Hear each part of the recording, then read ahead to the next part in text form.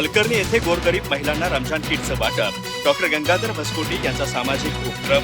विधवा आणि गरजू कुटुंबांना मिळाला सणाचा आनंद. गडिंग्लज तालुक्यातील हलकर्णी इथं मुस्लिम धर्माचा पवित्र रमजान महिना निमित्त गोरगरीब विधवा महिला तसंच गरजू मुस्लिम कुटुंबांना रमजान किटचं वाटप करण्यात आलं.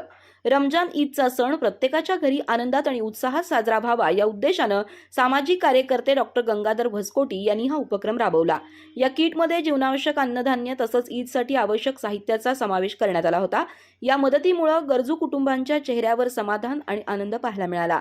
समाजातील दुर्बल घटकांनाही सणाचा आनंद मिळावा हा या उपक्रमामागील मुख्य उद्देश असल्याचं आयोजकांनी सांगितलं.